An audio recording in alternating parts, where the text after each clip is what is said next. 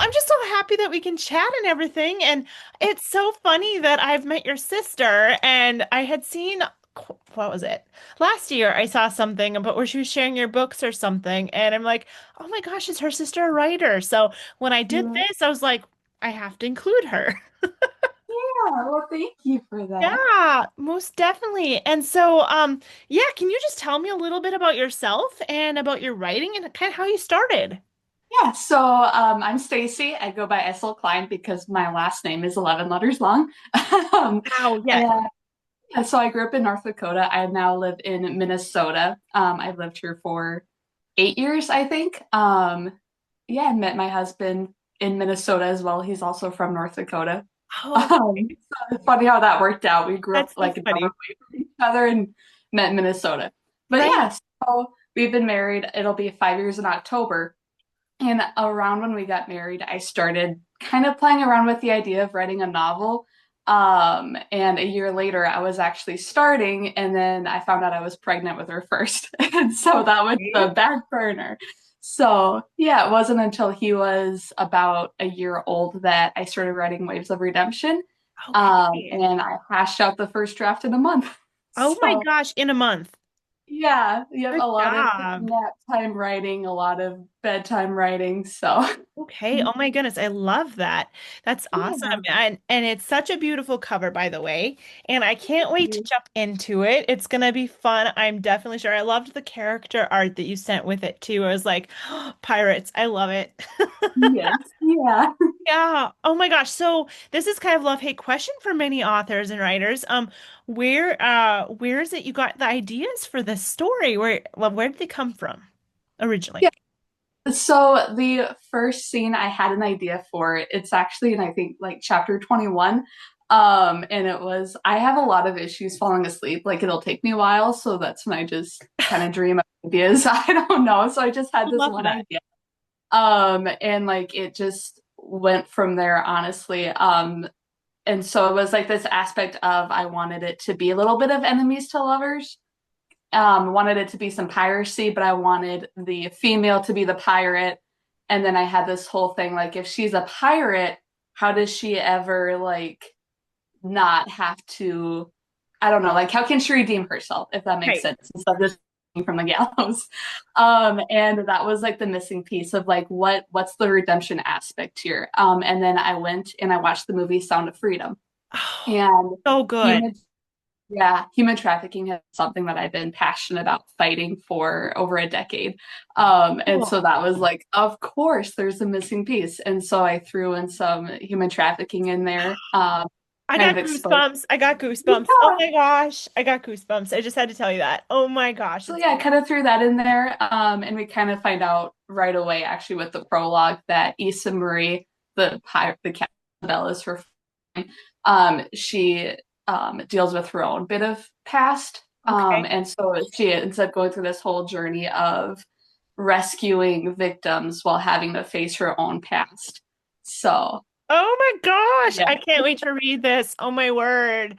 That it's a sounds little heavy, so but good. yeah, Oh my gosh. Yeah, but that is such a problem in our world right now. And, yeah. human trafficking is definitely a huge problem in North Dakota and Minnesota because besides writing fiction, I also write for a magazine. And I wrote this article and I was talking to like the Thrive Fest people. I'm not sure if you've heard of Thrive Fest, but it's like a big Christian concert.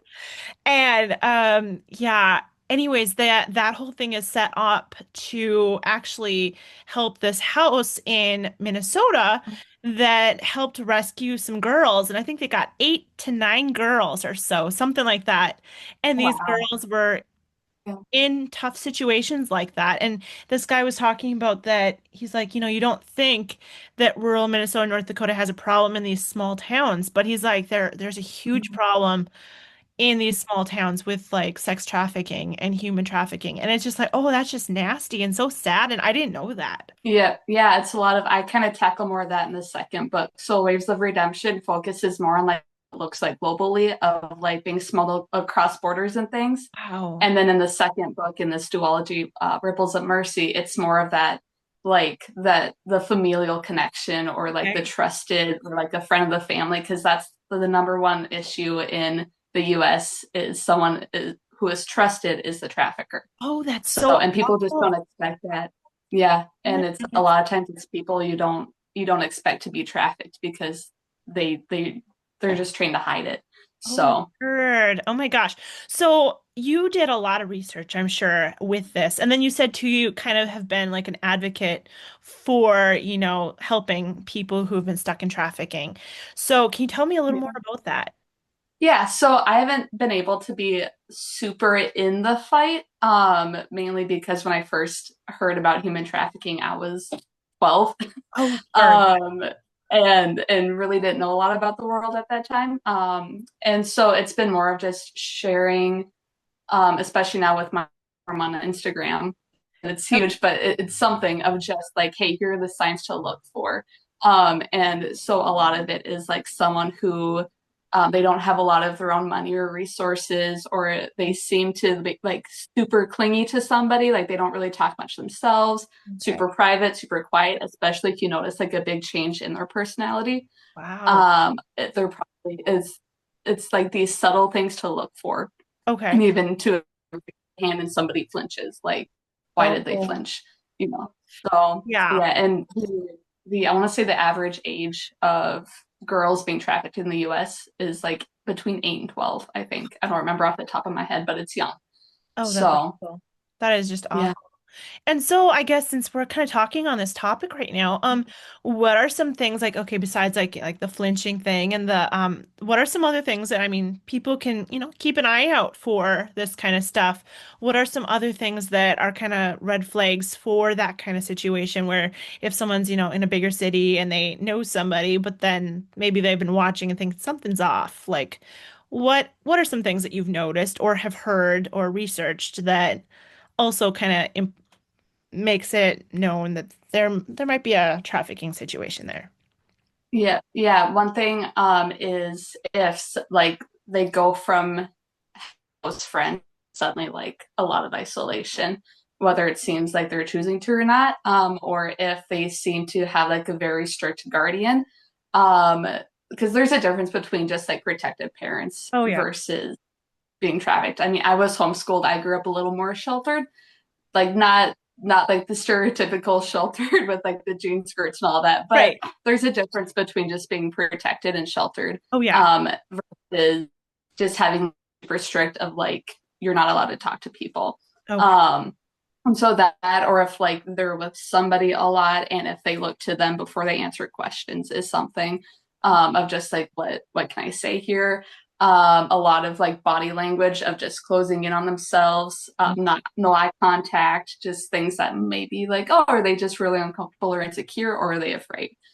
Because they are also they're manipulated to believe like and they're probably threatened, and drugs might be involved. Like you really never know. It's this whole cycle. So It's just so those are just a sad. few things. Yeah, Okay. yeah, Thank you for yeah. sharing that. Okay, and then so when it comes to writing a book, what do you feel like comes first? Do you think it's the character or do you think it's the plot? It's the plot. I think Okay. definitely, yeah, because like the project I'm working on now, I only have like 12,000 words down at like very early stages, but my first thought is like, what's the plot? Like, what do I want to be like the lesson that's learned, or the like the big overarching like human trafficking, like raising awareness for human Right. trafficking. And then how do I go about that? How do the characters come into play? What's their personal experience with that? So I definitely say it's the plot first. Okay, that's really cool. I love that. It's funny, I'm not a plotter, but that's the first thing that comes to The mind. first thing So that comes to mind. That's really cool though. It's been interesting hearing every author is different and stuff, and yeah. so like a concept is something that comes to some people, character, just one scene, or a plot. Like I just love it how everyone's different, but they come up with a story in such different ways, and it's really cool. And so you said you're working on something right now that's about 12,000 words. So can Yes. you share anything about that one yet? Like, The so I can share that it's not related to the liberation duology at all. okay, And the I haven't really said much about it yet because I'm like I don't really. again, not a Right. plotter, so we're seeing where it goes, but a big Yep. theme of it is just like unity. Because Okay. there's not a lot of unity in the world, there's not a lot of unity in the church, and that's a big thing Yep. on my heart. And so I'll say that it's historical fiction or historical romance. I'm a Love sucker it. for romance, so there will always be romance in my books, but it will Yep. always be the door and not like the main Attention plot point. part. So Okay. Yeah, I yeah. love that. And two, so you said it's historical. Mhm. What time period is it? Like, is it like pirates, kind of like your waves of redemption, or No, it's Renaissance era. fun. Oh, Oh yeah. my gosh, that's exciting. I love that. Oh my word. That'll be fun. Yeah. Yeah. I hope so. Yeah, and when are you planning to bring that one out, are you thinking? I hope would be maybe next fall. Okay.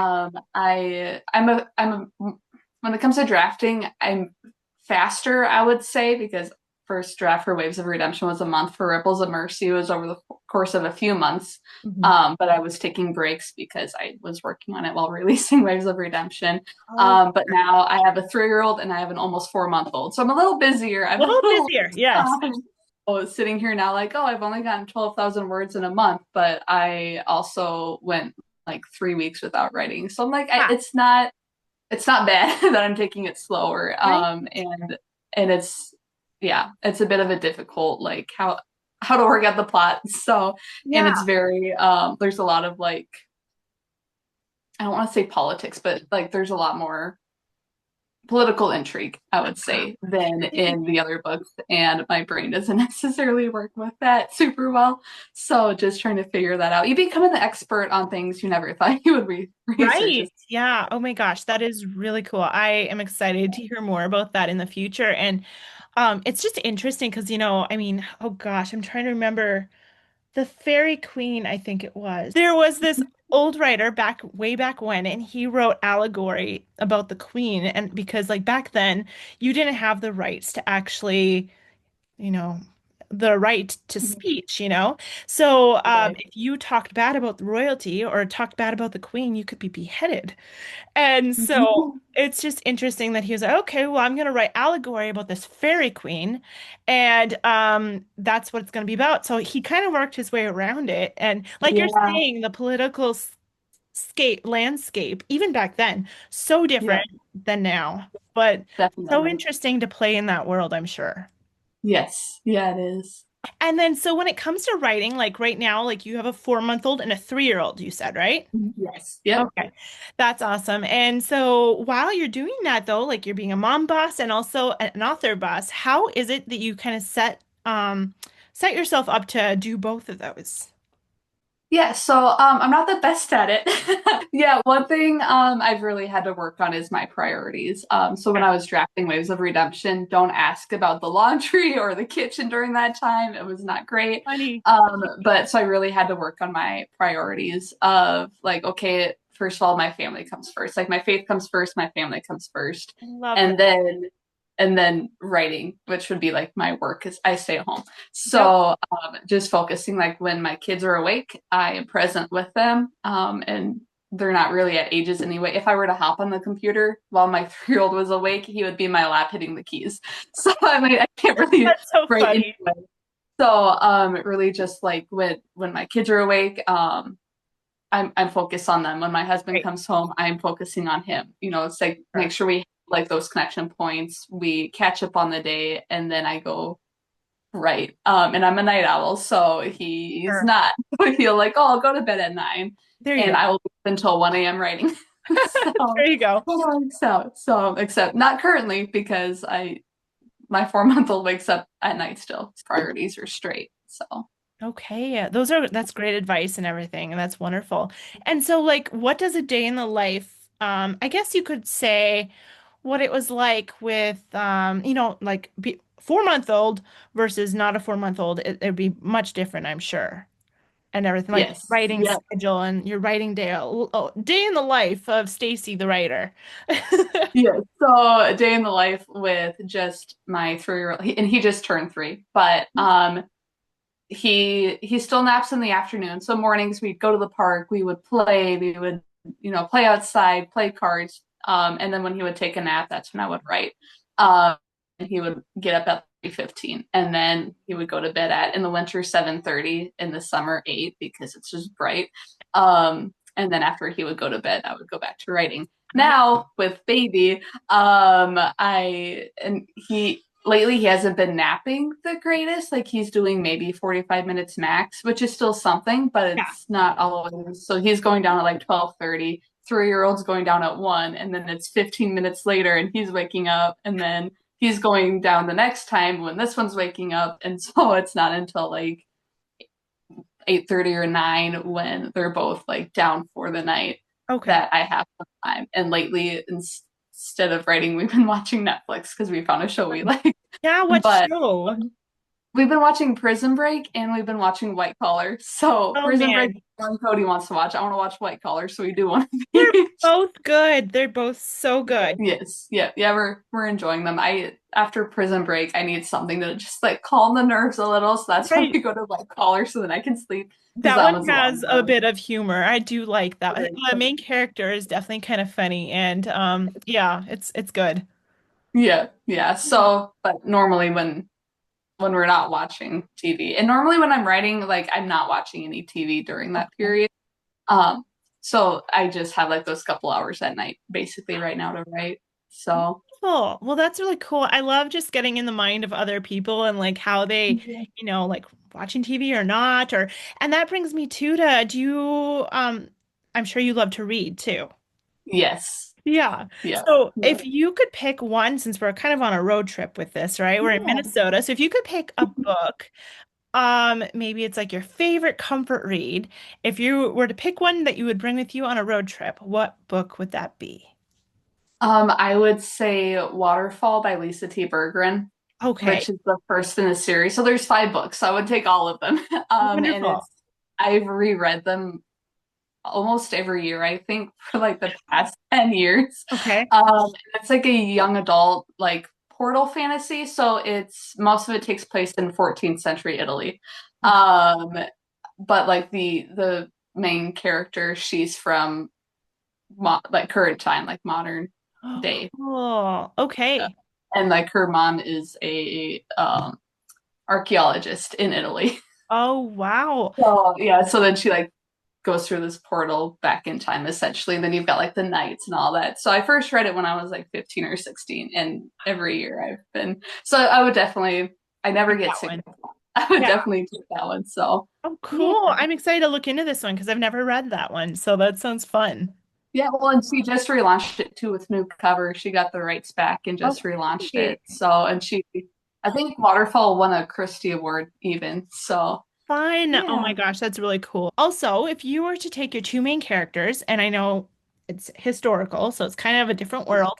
So if you were to take your two main characters and at the end of the book, they were to go on a road trip or a trip, what trip would they go on? So they are in the Caribbean, and so Okay. I think that they probably Europe. Yeah, just because of certain histories. I think there's places they would avoid, and so I think that they would go more over to like maybe Greece or Italy or France and do some adventuring around there. Then, of course, no road trip or trip is the same without good snacks and drinks. So, Yeah. what would they have with them, or what do they enjoy? Um, Tea for sure. Yeah. Tea and I would say like scones or tarts, chocolate. I don't know if they're big candy fans, but I would definitely say Baked chocolate. goods and chocolate. Yes. Yes. Yeah. I'm right there with them. I like that too. Yes. So yeah, I bet it's been just a lot of fun visiting these different times and everything. And when you go into the book, do you find that you're just like going to the book? When you're reading the book, when you go into the Yes. book, like it's a door, well, it is a door, but Yeah. do you find yourself just like constantly like throughout the day, even like when you start writing a project, do you find yourself kind of like living in that kind of like thinking about that world and thinking about the characters throughout your day and everything? Yeah, definitely. Yeah. Cody has even made fun of me of like I'll accidentally start like saying words that we don't say today, but they said in like 1723 in the Caribbean, you know. Oh, So, or I read a lot of like Regency. I find it ironic that I like my favorite time period to read is like Regency and like Edwardian, but that's not when I write. oh, But any anyway, so it's like whatever I'm reading or writing, it becomes my personality. I start right. talking like it just without the accents. So yeah, Oh, it's just kind fun. of say like oh, like here's like a random line I could throw in somewhere. So I have a note in my phone of scene ideas I have as I'm falling asleep or doing the dishes or things like that. So yeah, definitely. Oh, that's so cool. And I have to laugh because I think well, there was a post a while back, probably about a year ago or so, where that I read, and it was talking about Shakespearean like little insults or little funny things that he created that kind of were big back then to be said. And I mean, I guess if you think about it, every generation or every group of people have had their little sayings like, like that sets the time, like, Jeepers or that is fire Yeah. or like Yep. the different years, we all have like different things, but that goes back even further. So I bet it's been Yes, interesting definitely. finding Yeah. things they'd say. Yeah, it has. Yeah, a lot of Googling of like, hey, when was this word like invented, you know, or like Right. first said. So it's fun to find some like, oh, it was like way back when. Others like it's about 50 years later. Like, darn it, I want to use that word, but it's not historically accurate. Like, since you're writing historical and stuff, like, how is it you kind of set up your world before you're writing slash while you're writing? Like, do you grab inspiration pictures? Do you have a collage set up or a Pinterest board? Like, yeah, I'll let you answer that. Yes, yeah, I have Pinterest boards galore. Um, Okay. yeah, oh, one for each book I've done. So right now, Project Night is the one I'm working on right now. That one I have private. Yeah. I don't know where we're going with it, but I have other ones, and I'll even share those sometimes. Like, hey, if you want to know like what I'm seeing when I like what I saw when I wrote Waves of Redemption, here's the Pinterest board. Like, Yep. go see what I saw. And then also listening to like certain instrumental music. So I've been listening to like some Renaissance type music. I Fun. listened to a lot of Pirates of the Caribbean while writing the Liberation Duology. Yes, I Uh, love that. so yeah, Oh yeah. my gosh, that So is just music so and cool. Pinterest board. I love Yeah. that. Yeah. Oh my gosh, it's just kind of like you kind of are getting in the mindset of like how I mean the things they would have read slash listened to. Have you even like toyed with, I don't know, looked at recipes even like and seen like what did they eat back then? And have you ever made any of the things that they might have eaten? I haven't I haven't made. I want to, especially with some of the desserts I've had to look up now with this one and recipes because like Renaissance, what did they eat over in Right. Europe? Like, I don't know. Like America was just discovered, you Yeah. know, um, kind of during that time. So I've looked that up. Even the music. So in Ripples of Mercy, um, Bartholomew, he's the main male character. He plays a violin, so I had to look up like what are some songs he would have played and listen to some of those. So yeah, it's just very interesting. Like, So oh, what I think there was even one I ended up looking up a play that would have played in England in a certain year and what the songs were and what song would have fit. And like I found like the exact date that it premiered. I'm like, wow, I'm just gonna throw this in there. Can I it's like, love oh, this song. Oh, it's a pretty song. I haven't heard it. Oh, that's because I saw it in the theater when it premiered, in 1720, whatever it was. So, Oh, that yeah. is so cool. I absolutely love that. And two, I feel like when you do that, you find little nuggets that you would have never known about that song or that play or anything, like if you hadn't done that research. And I feel like that is just such precious material that, even looking back into the history of things, you learn so much. So I think that's really cool. Another thing I had to research a lot was like hymns. So, a lot of hymns weren't like that word hymn wasn't really even used yet. and most of them are written after 1730, which is when Ripples of Mercy takes place. So a lot of like, okay, what song would they maybe have sung? Awesome. And So so if you could just tell a little bit like where people can find your books and you, and then they can just hop on and go support you. yeah, so my both of my books are available on Amazon and Barnes and Noble, and then also on my website I do sell signed copies, which is just slklein.com. And then I am on Facebook as SL Klein, and I'm on Instagram as SL Klein underscore author. I'm That's taking a little bit of a step back in August, but I'll still be posting. So I'm pretty active on those, and I love connecting with people. well, it was so lovely to chat with you, Stacy, and I hope you have a wonderful rest of your day. Yeah, thanks for having me. This is so fun. Oh, good. I'm glad that you had fun, and I've just been having so much fun too. So, and I'm so glad that we were able to chat, and I'm excited to get to know you more. So, we'll have to talk Yes. again soon. All right, sounds good. See ya. Yep. Bye-bye.